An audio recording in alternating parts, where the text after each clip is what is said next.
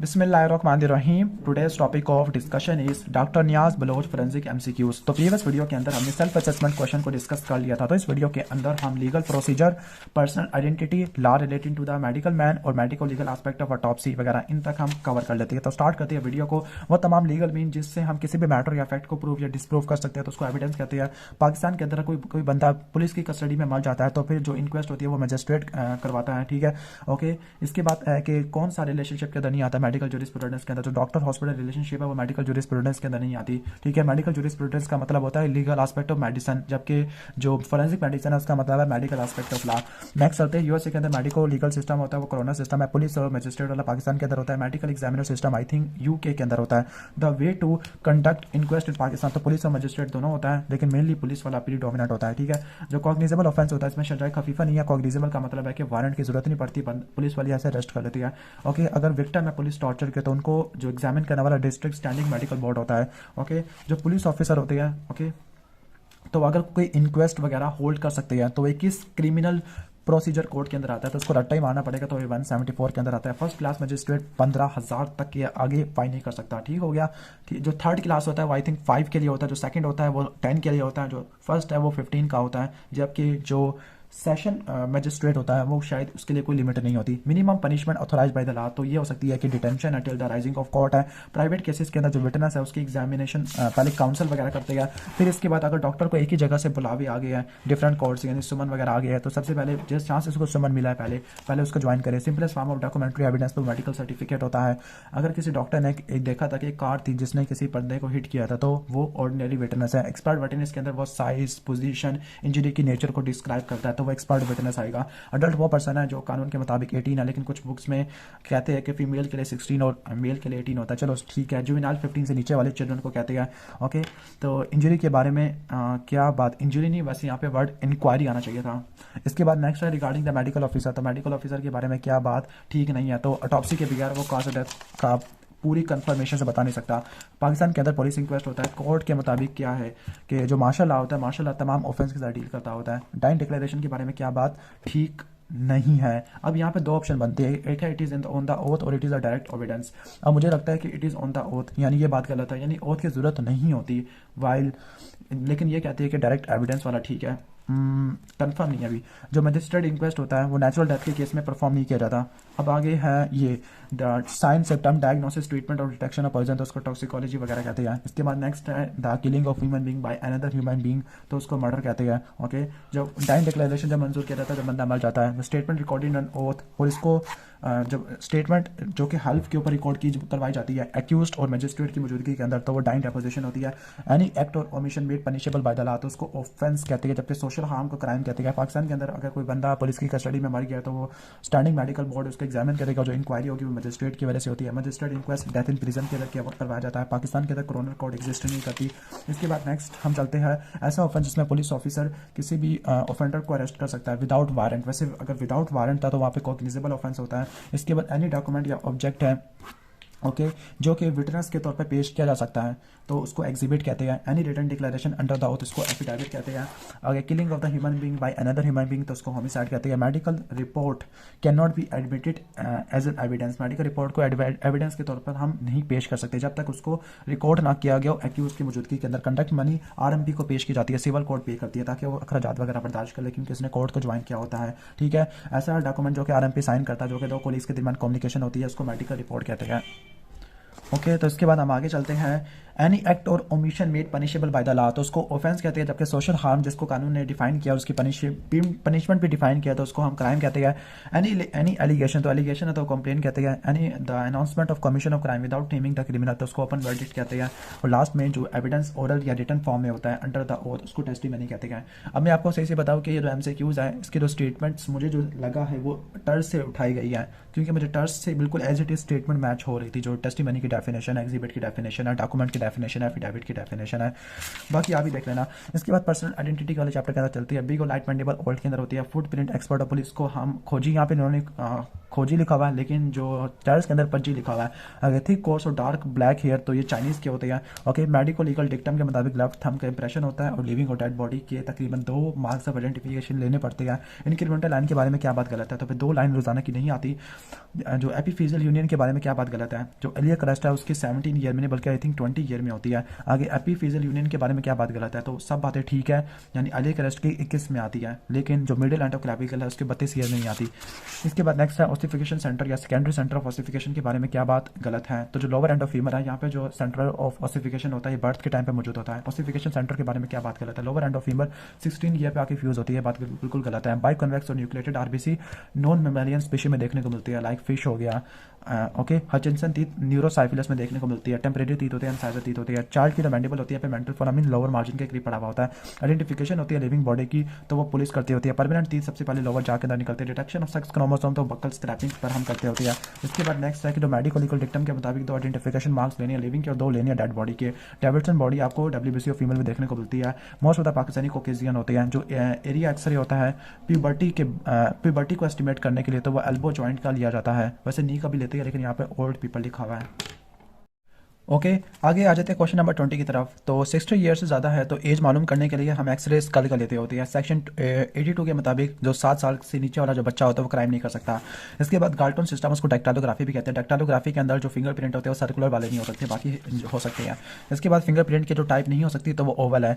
Section 83 वगैरह कुछ लिखा हुआ इनको छोड़ देते हैं। इसके बाद फेयर कॉम्प्लेक्शन है, ब्राउन हेयर है, मिजाटी सैफ्लिक है। मिजाटी सैफ्लिक तो डेट मीन्स के वो यूरोपियन कोकेजॉइड्स हो जाते हैं। सैफ्लिक इंडेक्स अगर 60 से लेकर 70 है, डेट मीन्स वो किसी भी कंडीशन के अंदर नहीं आता। तो सैफ्लिक इंडेक्स 70 से लेकर 75 तो नेग्रो का होता है, 75 से लेकर 80 तक हम कह सकते हैं कि मिसाटी सैफ्लिक का यानी कॉकेजॉइड्स का होता है, जबकि मंगोलियन का 80 से लेकर 85 तक होता है। क्रूरल इंडेक्स को टिबियो फ्यूमरल इंडेक्स भी कहते हैं। नेग्रोस के बारे में क्या बात गलत है? जो नेग्रोस होते हैं उनका rounded head and narrow elongated होता है। राउंडेड हेड नहीं होता बल्कि नैरो इलोंगेटेड होता है, ठीक है। जो इंटरकोंडाइलर फोसा की जो डेप्थ होती है वो पाकिस्तान के अंदर ज़्यादा होती है एज कम्पेयर टू यूरोपियन है। अपर और लोअर एक्सट्रीमिटी लोअर स्मॉलर होते हैं, तो वो मंगोलियन के अंदर रिलेटिवली स्मॉलर होती है। फीमेल ऑर्गन जो कि लास्ट में प्यूट्रीफाई होता है, मेल के अंदर प्रोस्टेट और फीमेल के अंदर नॉन ग्रेविटी यूट्रस है।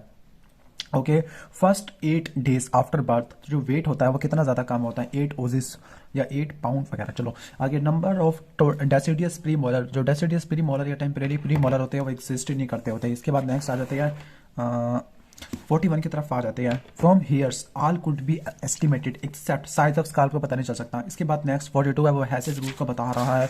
43 की तो चलते हैं डेक्टाइलोग्राफी के अंदर फिंगरप्रिंट की स्टडी को कहते हैं। चिलोस्कोपी के अंदर लिप प्रिंट की स्टडी करते हैं। हम डिफरेंट बॉडी पार्ट्स के मेजरमेंट और इनको रिकॉर्ड में रखते हैं, तो उसको एंथ्रोपोमेट्री सिस्टम या बैक्टीरियल सिस्टम कहते हैं।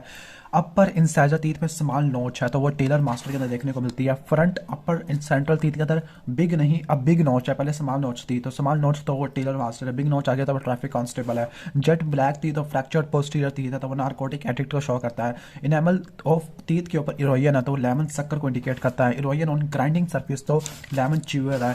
नेक्स्ट है कि जो एब्सोल्यूट या श्योरस मेथड ऑफ आइडेंटिफिकेशन कौन सा नहीं होता तो वो फुट प्रिंट आती है। श्योरस मेथड ऑफ आइडेंटिफिकेशन कौन सा नहीं आता तो वो एंथ्रोपोमेट्री सिस्टम है। एलेक जैफरी ने डीएनए फिंगर प्रिंटिंग वाला सिस्टम इंट्रोड्यूस कराया था। हचिंसन टीथ न्यूरोसाइफिलस में देखने को मिलते होते हैं। इसके बाद है law related to the medical man. PMDC statutory body होती है, रजिस्टर ऑफ एमबीबीएस स्टूडेंट, तो वो तकरीबन कौन से सेक्शन के अंदर होता है? रजिस्ट्रेशन 23 के अंदर होती है। जो डेंटिस्ट की रजिस्ट्रेशन होती है वो सेक्शन 26 के अंदर होती है। ओके, मेडिसिन के बारे में क्या बात गलत है कि इसके अंदर सर्जरी वेटरनरी नहीं आती, मेडिसिन के अंदर सर्जरी आ नहीं सकती। इसके बाद जो डायरेक्टर जनरल होता है वो प्रेसिडेंट ऑफ काउंसिल नहीं होता पीएमडीसी का, तो ये बात गलत होती है। जो पीएमडीसी का ऑफिस होता है 5 साल तक होता है। आई थिंक अब पीएमडीसी वाले एमसीक्यू जरा से भी नहीं आने। ओके, अगर किसी मेंबर की डेथ हो जाती है तो जो न्यू मेंबर होता है वो 5 साल के लिए कंप्लीट करता है। इसके बाद नेक्स्ट है कि इलेक्टेड मेंबर के बारे में क्या बातें गलत है तो वो नॉमिनेट वगैरह हो सकते हैं, ऐसी बात गलत है। प्रिविलेजेस के अंदर क्या नहीं आता तो वो एग्जीक्यूटिव काउंसिल का मेंबर नहीं हो सकता, तो ये बात गलत होती है। आगे फंक्शन ऑफ पीएमडीसी तो वो कौन से सेक्शन के अंदर आती है? 11 से लेकर 22 में, 11 से लेकर 22 है। ओके, अगर कोई किसी की रजिस्ट्रेशन फ्रॉड से होती है तो उसकी पनिशमेंट किस सेक्शन के अंदर दी जाती है तो 28 सेक्शन है। ऑब्लिगेशन ऑफ आरएमपी तो वो 30 सेक्शन के अंदर आती है।